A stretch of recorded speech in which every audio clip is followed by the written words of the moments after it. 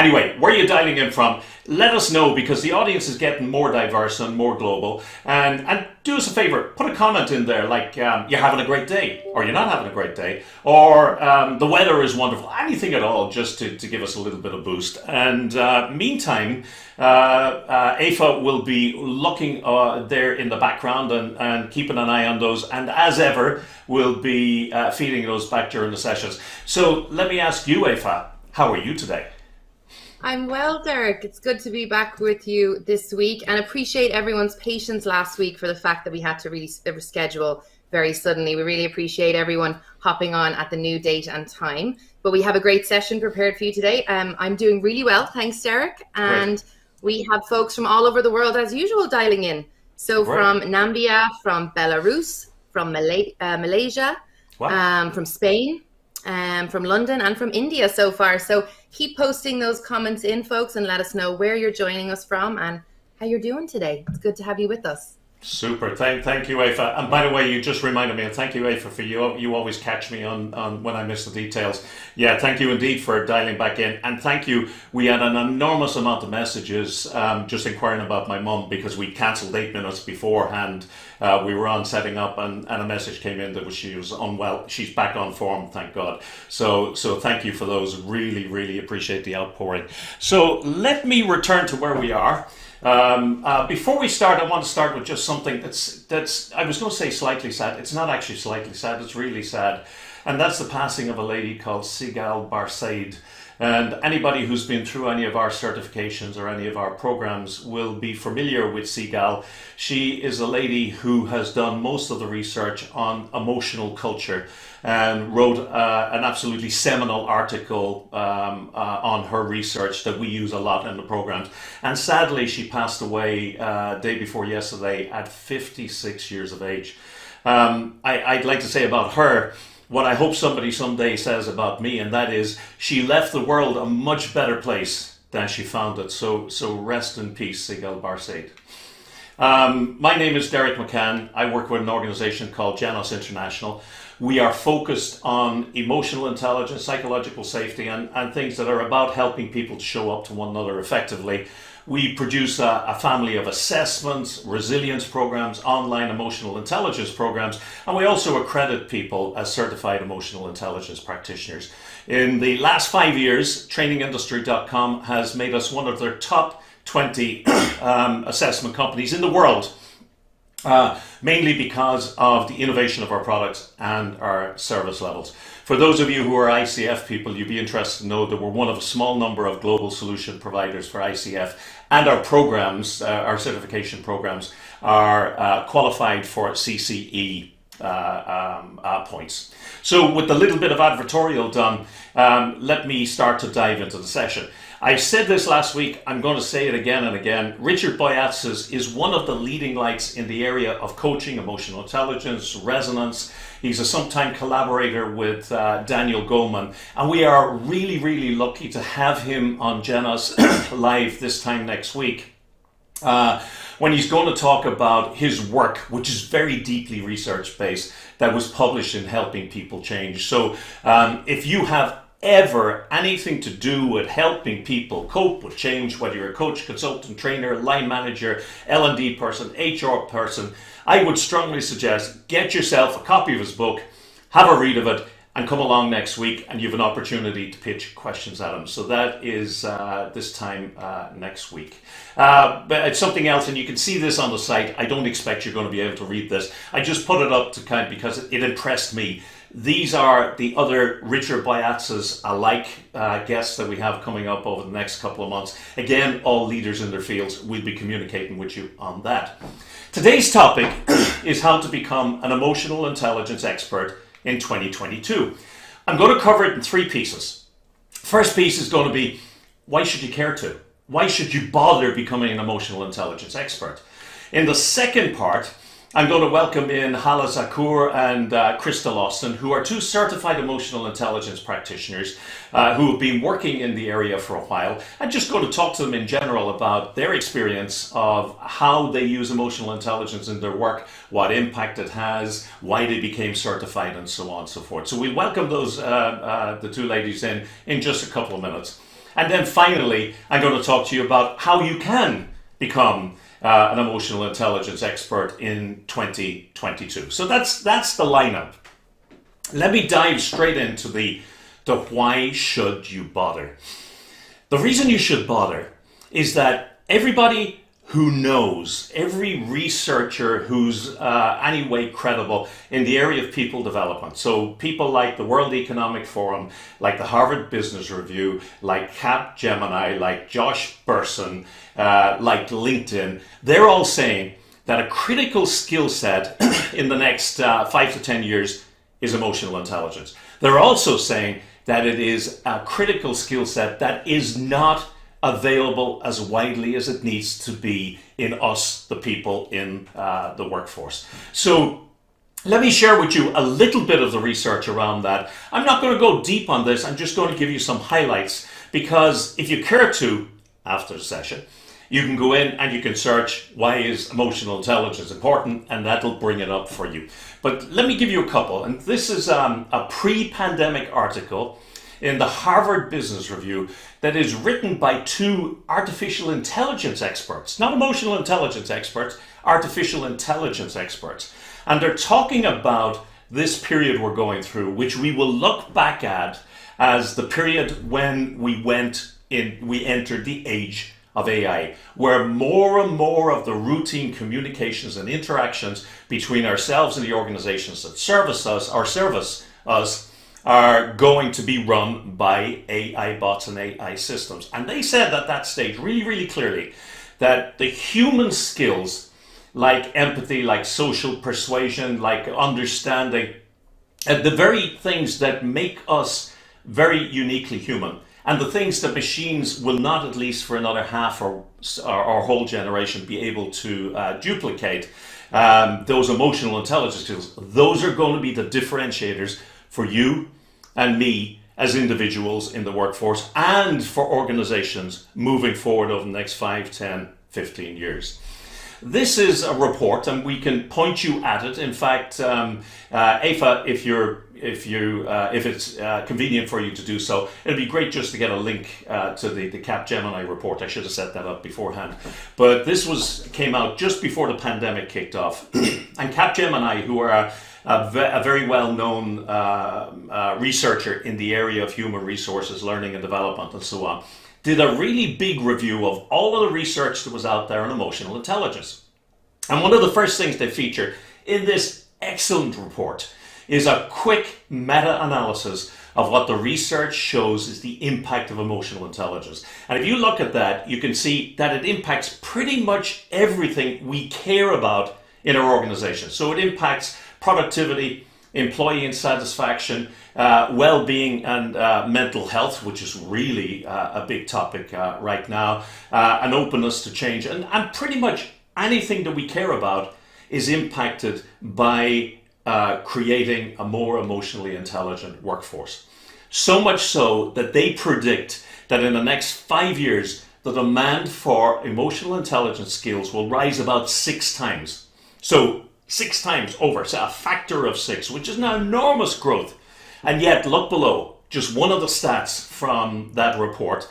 Most organizations are not educating their people in EI. They're not building up this critical skill set. And the ones who are tend to be focused in general upon the leadership. And that's good, because the leadership has to lead. So it's good to get them emotionally intelligent, but everything indicates that we have to, as organizations and individuals, gear up to be more emotionally intelligent, no matter what our role in the organization is. This slide would not have been in this if we did this session last week, because I just came across it on the weekend. And it's from Forbes magazine, and I think it's fairly direct. It says, without emotional intelligence, organizations are doomed to fail. And it goes on to talk about the argument behind that. But here's the critical thing that I think is really important, and particularly important in this post-pandemic era. People with high emotional intelligence are more likely to remain calm under pressure, resolve conflict effectively, and respond to co-workers with empathy. And I think that just about summarizes why this is such a critical topic. Now, there's lots more research out there. Take it from me. I haven't even mentioned the specific research from the World Economic Forum, and I haven't mentioned that LinkedIn, in fact, are recording that most of the job ads that they put up now mentioned EI in them. Take it from me, or go on to Google. EI is something that you as an individual and you as an executive in your organization really need to be aware of.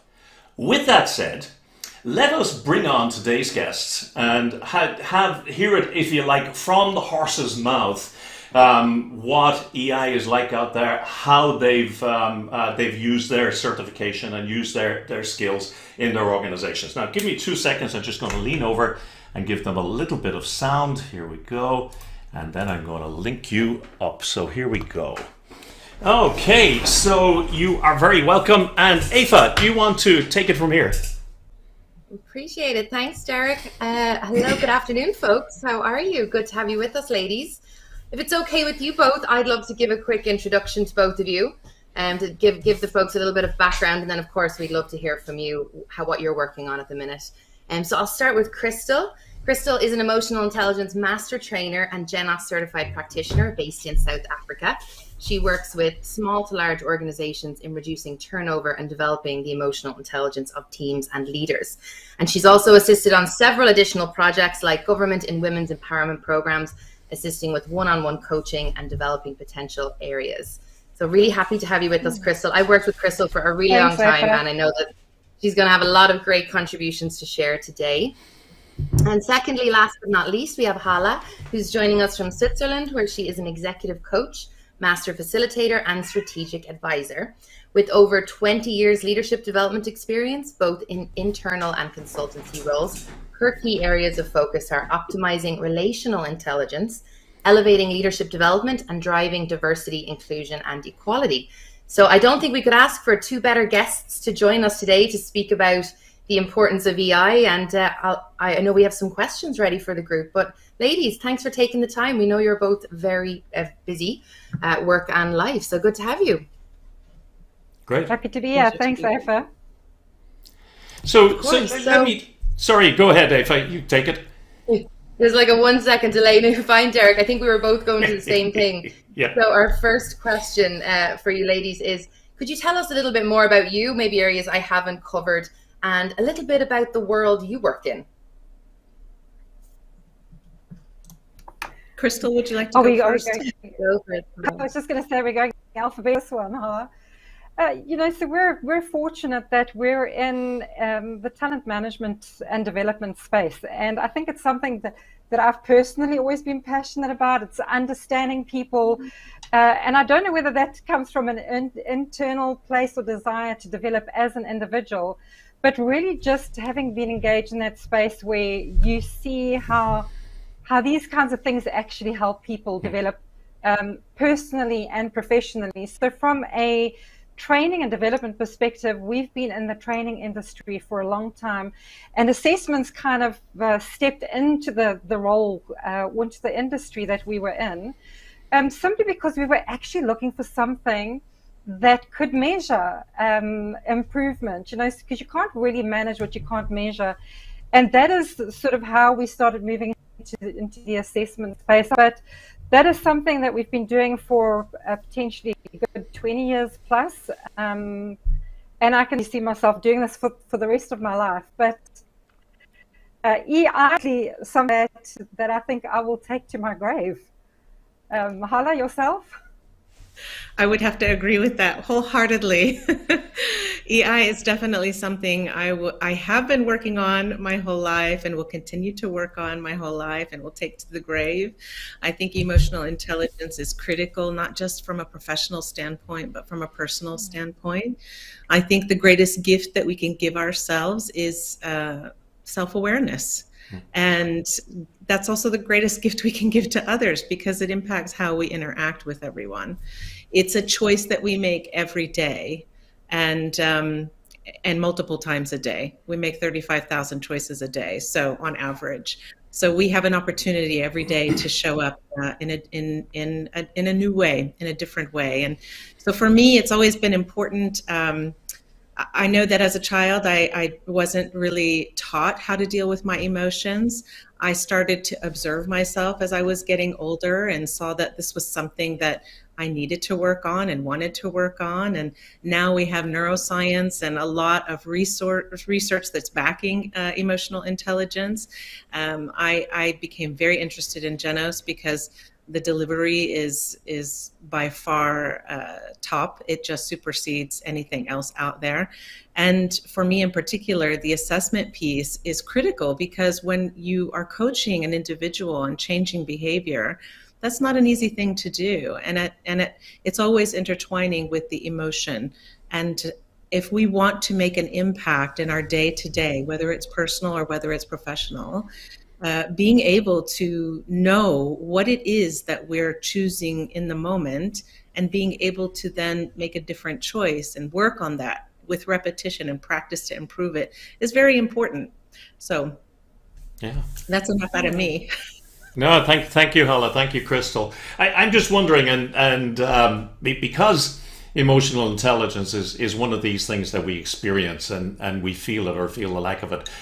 And don't mention any names now, but I'm just wondering, when you think of emotional intelligence, does anybody in particular from your past come to mind for either good or bad reasons? Oh, any bodies would probably be the right word, Derek. I reflect on that, and I think there are a lot of people who do stand out for both reasons.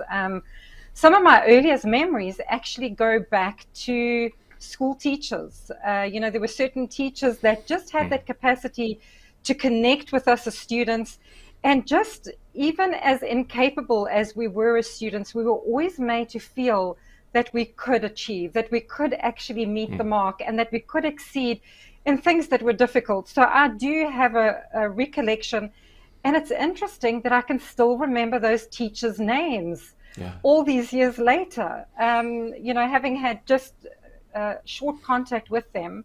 I also think of one or two people in our local community that just stand out for, and I almost want to say for the most honest reasons, that they just have that capacity. They come across as authentically as possible. They're down to earth, but they have the capacity to just inspire people to come together. I think one of the ladies that I specifically know during lockdown and the rioting that we had and the looting in South Africa, where people could have thrown their hands up, she had the ability to pull communities together where people were then coming up with solutions. People were reaching out to one another. People were really trying to take care of each other. And she just has, I almost want to say, that natural ability.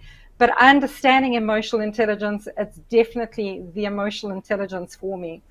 And then those unpleasant ones, I don't know whether it's always unfortunate that we've had those experiences, because I think it really helps us determine what kind of individual we don't want to be. But I do also have an image of one or two, experiences, and, one of my early bosses as well, where I just, you're ready for the working world. You're excited to get engaged. You're excited to show what it is that you can bring to the working environment, and then just to be knocked down day after day, never feeling good enough, never feeling like you're actually capable of achieving anything, never recognized for the efforts that you put in. That was a very deflating experience. And so having those very different experiences, that's what I think it's almost a blessing to have had those two experiences, because you kind of know, I don't want to be like that boss that really impacted the way I showed up. I couldn't wait to get out of there. I think I kind of quit on the spot for that job. The minute the boss was out, I just had to phone a friend and say, please come fetch me. I can't do this. And, I had to resign on the spot. So that was definitely experiences that I carry with me. yeah, Hala, your experiences with the good and the bad memories? Yeah, your head was nodding an awful lot there, Hala.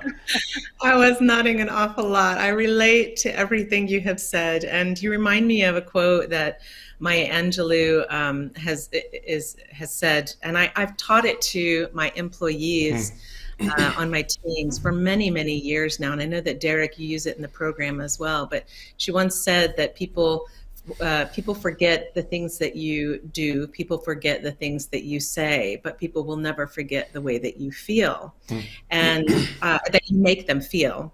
And I always, have taught that to my employees and my direct reports and told them, it really does impact. We're in a service function. I have a history in HR and leadership development and learning and development. And we are in a service function. So every interaction that we make with individuals has an impact, and they will forget what you say and what you do, but they'll never forget how you make them feel. And I think that this is critical, not just from a professional standpoint, but as a parent as well. Those of us that are parents, those of us that are interacting with siblings or friends, it impacts us in every way. And we all can reflect on moments where we've had experiences with individuals that have been inspiring and that fuel, and energize us. And then we've had the experience of the opposite. So, yes. Yeah, I don't remember. Yeah, go ahead. Sorry for 1 second delay. I was just saying, I don't remember where we heard it, Derek, but I think it was on a training or a webinar recently, Hala, and someone said, when you think of yourself as a manager or a leader and how you're showing up to your team, remember that you are someone's dinner table conversation. What do you want them to be saying about you?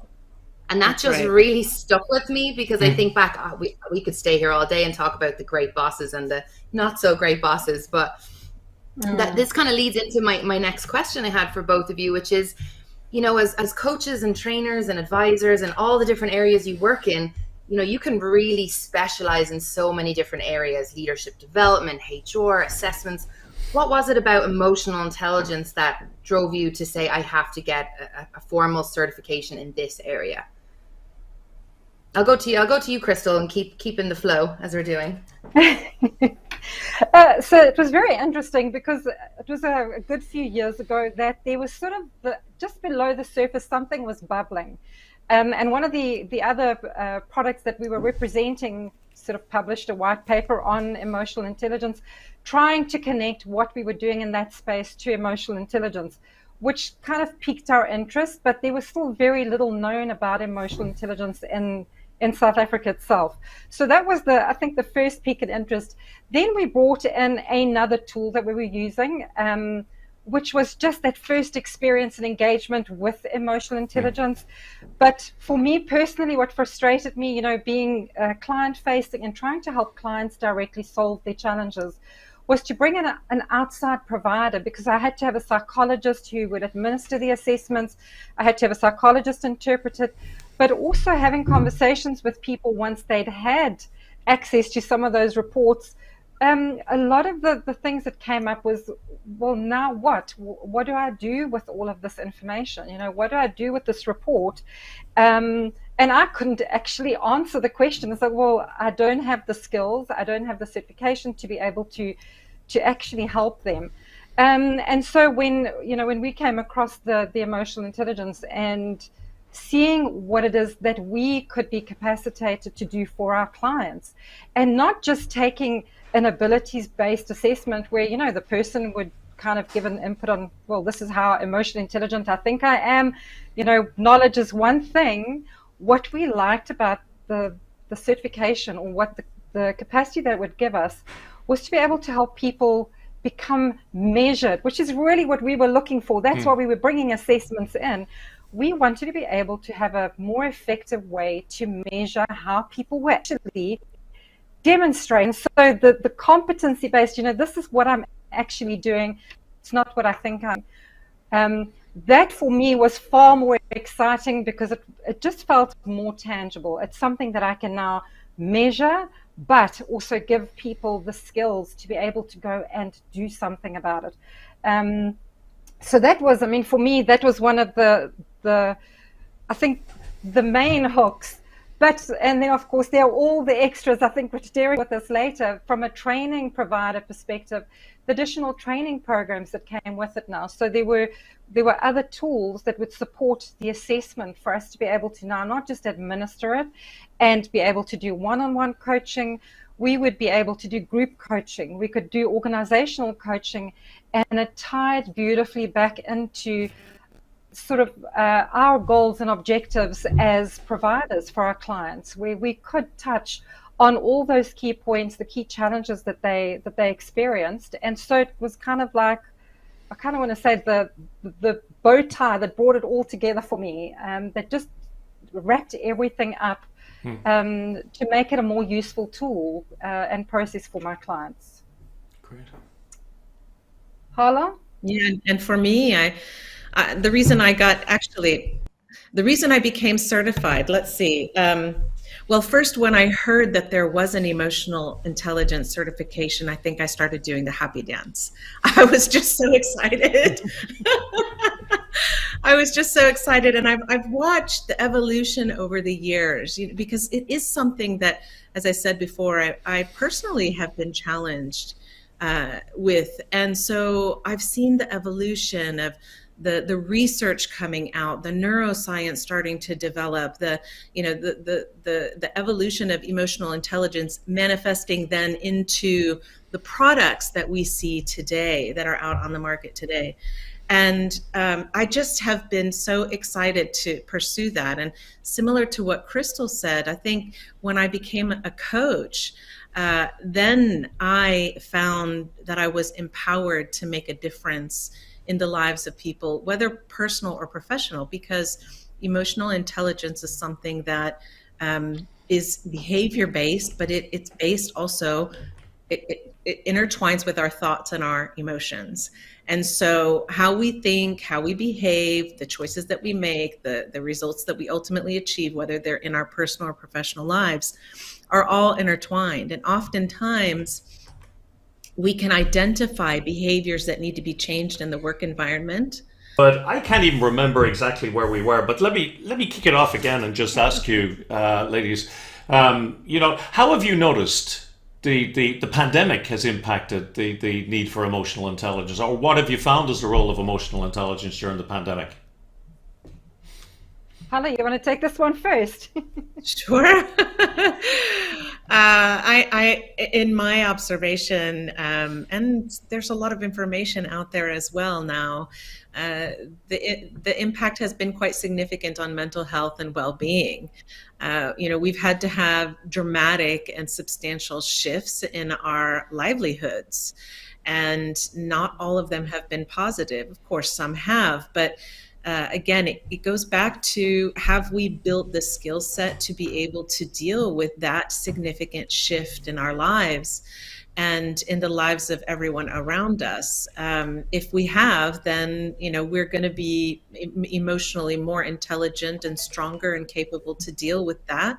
Whereas others of us are not. That level of adaptability and resilience to flex with the changing times is a critical skill moving forward, and some of us have it and some of us don't. So we've seen the impact of that. We've seen the impact on individuals and on mental health and well-being, and we're starting to now have a stronger focus on how do we deal with that? What do we do with it? Why don't we already have the tools out there and the resources out there? When we do look at countries globally, the resources related to mental health and well-being, and of course, emotional intelligence, are very limited, and in some cases absent, just because of the cultural heritage associated with that. So, I think that this is one of the positives that's coming out of COVID, is that there is now more of a focus on this topic. Thank you. Crystal? Yeah, I was just thinking, that statement by Josh Burson, the CEO is now becoming the Chief Empathy Officer. And there's had to be a great shift from leaders just being there to do jobs to focusing more on what it is that the people need in their organizations, having to navigate the way people are feeling, because people were having to learn to manage not just their workloads, but it was workloads and home life, all sort of thrown into the same pot. And we found that a lot of the people that we were speaking to were actually struggling with their psychological well-being during that time. How do I balance all of these demands on my time? How do I do homeschooling with the kids while I'm trying to get projects done, and we're still expected to turn around customer orders, etc. So with the pandemic itself, there was the added pressure of certain businesses not operating at all. And leaders having to make decisions to focus either on, we've got to keep the profits going, do we trim people, or where companies have focused on looking after the people. What we're seeing now emerging is where leaders took the time to invest in understanding what people were feeling and experiencing, and learning to manage that and become a little bit more flexible, to see a lot of those organizations rising and coming back through it, despite it having looked like they were potentially not going to make it through the lockdown. So I think from the great resignation that we're all speaking about, we've seen it.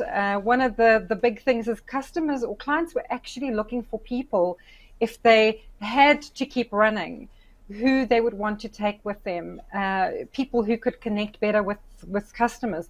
But not just that, it's not just about the customer, it's actually which staff members could rally together, who would get along, who would be able to build a positive team despite all the negativity around us. And that's really where we've noticed a big shift in leadership, is as opposed to the focus on the tasks. It's how do we inspire the people to move through the challenges? How do we help the people understand what it is that they're experiencing, and then giving them the skill sets to be able to manage that? I mean, we can't eliminate it, but how do we change what it is that you're feeling and experiencing, and use it as a catalyst for productivity and moving forward in the workplace? So that's what's exciting for me with the shift. And yes, the pandemic might have forced it a little, but it's actually pushed it in a good direction for leaders to focus more on people than the systems. Yeah, and it's interesting what you say there, Crystal, because we sat down as a team when the pandemic kicked off and we got all locked down, and we had a conversation. What are we going to do until September, when this thing is over? God help us. We really thought that, and because we thought business is just going to grind to a halt. And in the event, in fact, it was the busiest year of our lives for exactly those same reasons that you said, that this whole pandemic experience has been primarily an emotional experience, and emotional intelligence is about dealing with those in a skillful way.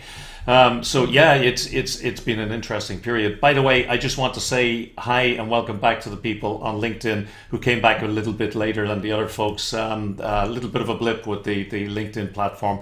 Not sure exactly, but thank God it came back.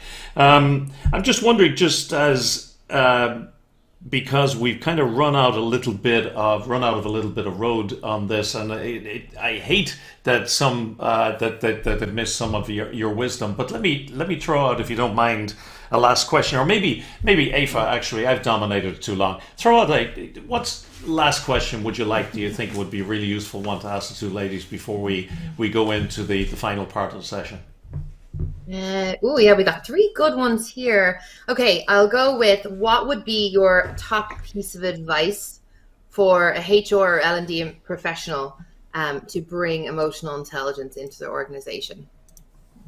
We go to Crystal first, shall we? So easiest is to bring the right people in at the onset. So if you're looking at growing teams again, use emotional intelligence to measure whether the people are actually not just going to be a good job fit, because it's good to know that people can actually do the job, but how are they going to be engaging with people? Are they going to fit into the culture that it is that you're trying to build? When you have them, unfortunately, we see a lot of people who will use those assessments to bring people in, and then kind of just expect people to, get on with it now. You've got the skills, manage it. Is actually continue to develop it. You've got to ensure that people know what is important for you. Do you understand the emotional culture of your organization? If you don't know what you want that to be, it actually doesn't matter what you do. So understand the emotional culture. identify what kind of things you want people to experience when they come to work. What kind of conversations are they having about your company when they go home? What kind of things are they telling their family members and their friends? But continue to develop them. The more we help people within the departments, within our organizations, to understand to what degree they have control over how they show up and the impact that they can potentially have on the rest of their team, I believe that that will take care of all the other things that companies worry about in terms of bottom line, revenue, profitability, etc. So start with EI and then continue to develop it. And don't just leave it for the upper levels or the entry levels. Use it throughout the organization. And Crystal, I like your point on, you were saying about, helping people understand. I think that part is key, because a lot of people would have a very different definition of what emotional intelligence is or isn't. Some people will say emotions don't belong in the workplace. We don't, or it's not about being a nice guy. And so, Hala, what would you say to that point then? What would your top piece of advice? How would you help people understand, essentially? Yeah, I think it's a great point, and it's a great question. And for me, the approach that I take is I always try to assess the audience I'm dealing with, right? Because it's especially for the reason you just named. You don't know with which level they're operating at until you start talking with them and understanding, are they open to having this dialogue? Have they done some research before? Are they aware of emotional intelligence, or is it a completely new topic? Is it a soft skill for them? And so I will assess the individual and the audience and then go from there. If I need to just drip pieces in so that I can then layer in later and build the awareness and build the support for it, then that's the approach that I'll take. Otherwise, if they're already aware, then it becomes a very enriching conversation. I want to build on what Crystal had talked about as well with your last question quickly, is the culture aspect is so important. And I think that that's an excellent point that Crystal raises. And if you're looking to get EI into an organization, I think the best advice I can give is start at the top.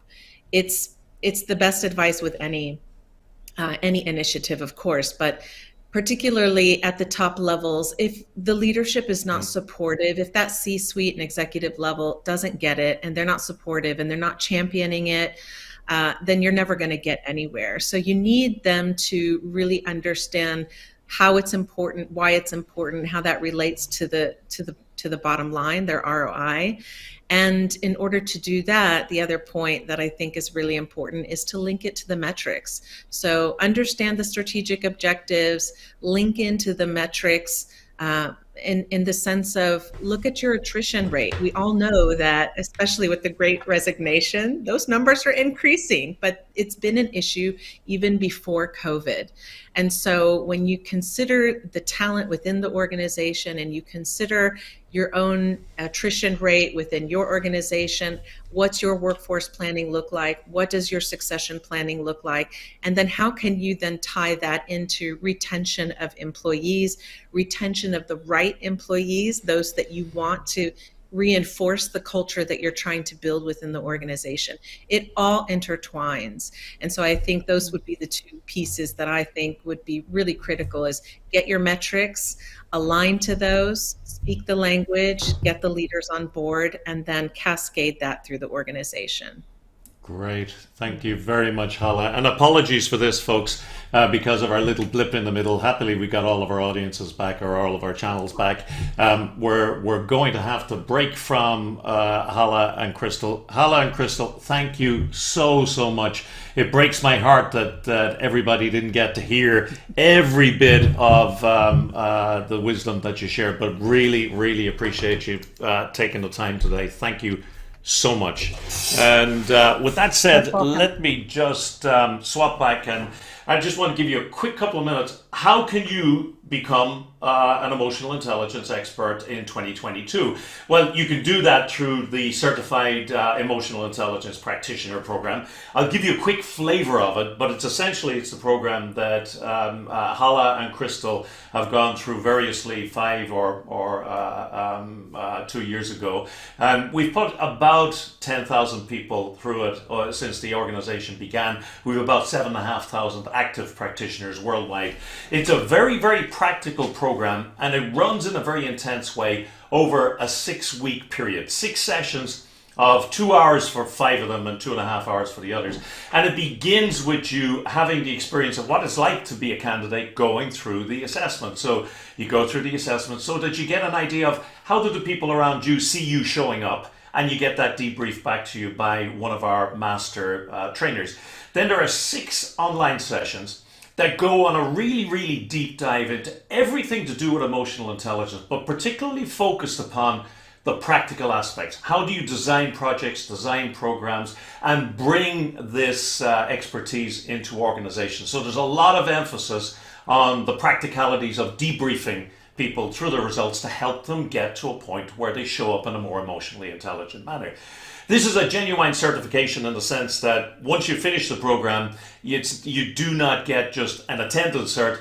You need to use the debrief process that you learn on the program to impress the master trader sufficiently that you can reproduce this 8-step process that guarantees that people will have a good EI debrief experience. Part of the program, we give all attendees 3 or 4 assessments that they can use with their existing teams or with friends to get themselves up to speed. Now, I won't go into a huge amount of detail, but let me just say to you, we have several families of assessments. Some of them are focused specifically upon leaders, some on non-leaders. We have the only specifically built assessment of EI for salespeople, and we also have the only purpose-built selection assessment for EI. A lot of people use development assessments for a selection. That's really not a good practice. That's another day's conversation. One of the things that we're really strong on is helping people to build the skills to be able to coach and debrief people to a higher level of emotional intelligence. Now, with the gold standard, if you like, of debrief as an in-person debrief, but your clients and my clients and your organizations will often have situations where an in-person debrief is not practical. And so we designed an AI system called Genus Digital that does an online debrief that walks people step by step from the results through to a personal development plan. Now, rather than me talk you through the nuances of it, I just want to show you a 2-minute video to give you an idea of how this works. Because think about this, if you have a very large group of people and you want to get them quickly through the process, this is a really, really powerful tool. So let me switch that on and give you 2 minutes, and I'll be back to you then for the final few comments. Now, the world's best behaviour-based emotional intelligence feedback can be delivered digitally. Developed in collaboration with Merck, a creative technology studio, Genus Digital takes people through a powerful learning experience that helps transform their feedback into a set of actionable behaviours to improve how well they demonstrate their emotional intelligence. Integrating the latest technologies and Merck's unique approach to creating interactive content, Genos Digital walks people through videos, smart processes, and practical development steps. People not only identify how to improve their emotional intelligence, they can connect with their coach, manager, and others within their group to help support their learning and development. Upskill an individual, a team, or your entire workforce in this must-have skill set for the age of AI. Demonstrating emotional intelligence more effectively doesn't just help people be more efficient at work, it shapes their personal relationships, helping make them a better partner, sibling, friend, or parent. Genos Digital. Game-changing for business, life-changing for people.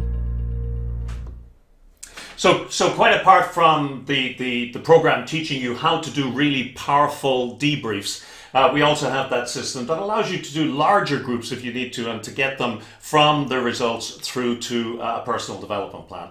Something else that's kind of unique about the way we do things is we know that when you put people through assessments, you're going to find that they have development needs. And some of those will be met by coaching, some of them will be met by just one-on-one leadership intervention, but many of them will require the intervention of a training program.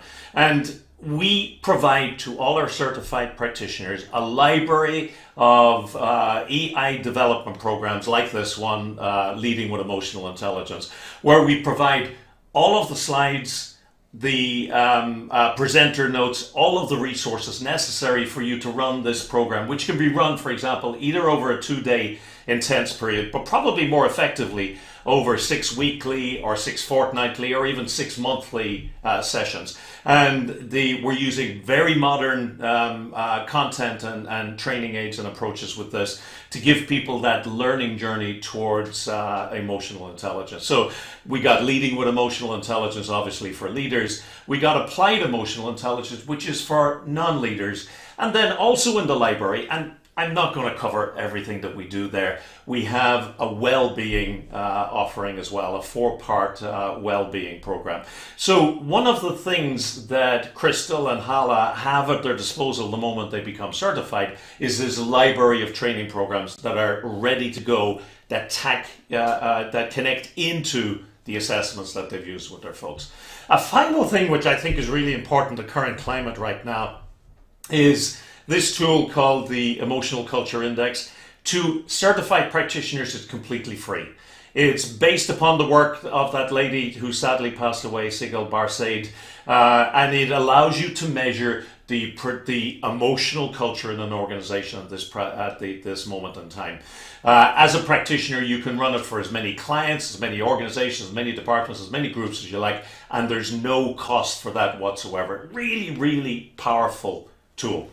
Final thing that's worth, or the second last thing that's worth mentioning, is for people who are independent coaches, consultants, and trainers. We also provide you with all of the material you need to promote emotional intelligence to your client base. And if you're an internal L&D and HR person, well, we're providing the same materials so that you can promote it internally and raise awareness of the topic. And all of that support is done through a unique online service called Genos University. Genos University is an online video, just-in-time video education system that provides a series of courses. At the moment, it's well over 100 programs on things like webinars to promote emotional intelligence. So let's say you want to promote it within your organization or within your client base. You'll find that there are a series of webinars in there with people presenting them and the decks downloadable. There are tutorials on every part of our assessment system so that the moment that you become certified, you've got at your fingertips a 24/7 resource that literally gives you everything you need to know about applying what it is you learn on the program. So that's the Certified Practitioner Program. That's a way in just a 6-week period to get yourself on track to become a certified or an emotional intelligence expert during 2022, and to key yourself up with what is by all of the commentators being hailed as one of the most critical skills as we move into this year and the next 5 or 10 years afterwards. If you're interested, we have a live program, a live online program coming up starting on April 27th. And if you're too impatient for that, we also have a self-paced online program as well. I'm not going to go into the detail of them in any great depth. If you are interested at all to hear any more information about this, simply put your camera on your phone up to this QR code or go to the URL below, and you'll have an option either to take a free Genos EI assessment so you can see what it's like to go through the assessment, or to get more information on the certification program. For UK and Irish people watching the session today, we have a 20% discount on the program if you quote at the time that you sign up for it. For people in other countries around the world who may be watching this, contact us. We'll put you in contact with the people who are doing it locally, and I dare say they'll have some interesting options for you there as well. So with that said, let me remind you that next time we have Richard Boyatzis on the program. But let me go back to Aoife again, because we had that little blip in the middle. We didn't get a chance to kind of take anything in from the audience and from participants. Any comments come through that you want to share with us? Thanks, Derek. I'm laughing because every time you switch the screen to have me on, you find me like this, like squinting at the. Maybe I need to get my eyes checked. We did indeed. Thanks a million. So one of the questions we have from Lynette, Derek, is this is a question I see a lot actually. So it's a good one. Is emotional intelligence a soft skill? Why or why not? Absolutely, it's a soft skill. Yeah, I mean, it's it's a soft skill, but that doesn't mean it's an easy skill. It's a soft skill in the sense that it's not something you sit down, study the books, and once you've got this knowledge in your head that you're automatically emotional intelligent. It's a soft skill because it's one of the mantras we often use on the program. We'll say that the way you show up or the way you behave determines the way people feel. The way they feel determines the extent to which they engage with you, and that determines everything about the outcome of that engagement. So emotional intelligence is very much about how others see you showing up. So it's a soft skill in the sense that it's about those interactions between you and the people in your world, but it's not a skill that it's a skill that you can very, very easily learn, but it takes a little bit of effort. Gotcha. Thanks, Derek. And there was actually a question earlier that we asked of Hala and Crystal, but I'd personally love to get your input on it, which is how do you go about raising awareness for emotional intelligence, either as a coach or trainer or as an internal person trying to get that leadership buy-in? How would you go about it? Yeah, I would encourage you. We had a session about 2 weeks ago or 3 weeks ago. It was called How to Explain Emotional Intelligence to a 10-year-old or to anybody else. And we spoke there, we went through a process there where we took people back in time to people they'd dealt with in the past, people of high emotional intelligence, people of low emotional intelligence. And that particular process is what we teach people on the certification program for communicating the benefits of emotional intelligence. Because at the end of a session like that, I don't care what audience you're dealing with, at the end of a session like that, people walk out understanding, oh, so emotional intelligence is simply about the way I show up and making choices around that. And even that awareness, even that realization actually starts to change. But then once they've got that self-awareness, that awareness of that possibility, then we're able to build upon that a little bit more. Perfect. Thanks, Derek. And I know we have a couple of people asking about trying the free assessment, so I am going to post the link to that in the chat, and we'll also send it in the follow-up message. If you haven't subscribed to Genos Live, you'll see the links on our website as well, on our LinkedIn, on our Facebook, Twitter, and Instagram, where you can subscribe so you get these regular updates. So excited to have Richard Boyatzis join us next week. I know a lot of people in our community are as well, Derek. So fingers crossed, no technical blip then. Please God, and apologies folks, we always make a particular point of finishing off absolutely on time. This time with that blip in the middle, it just wasn't possible, so sorry if we've kept you on a little bit. I think all that remains, Aoife, is for us to thank everybody for taking the time, and particularly thank you to the folks who maintained your patience for that 8 or 9 minutes while something was happening somewhere up on the web. Take care folks. We will see you with Richard Boyatzis next week, please God. Take care, everyone. Have a great rest of your week. Take care. Bye-bye. Bye-bye.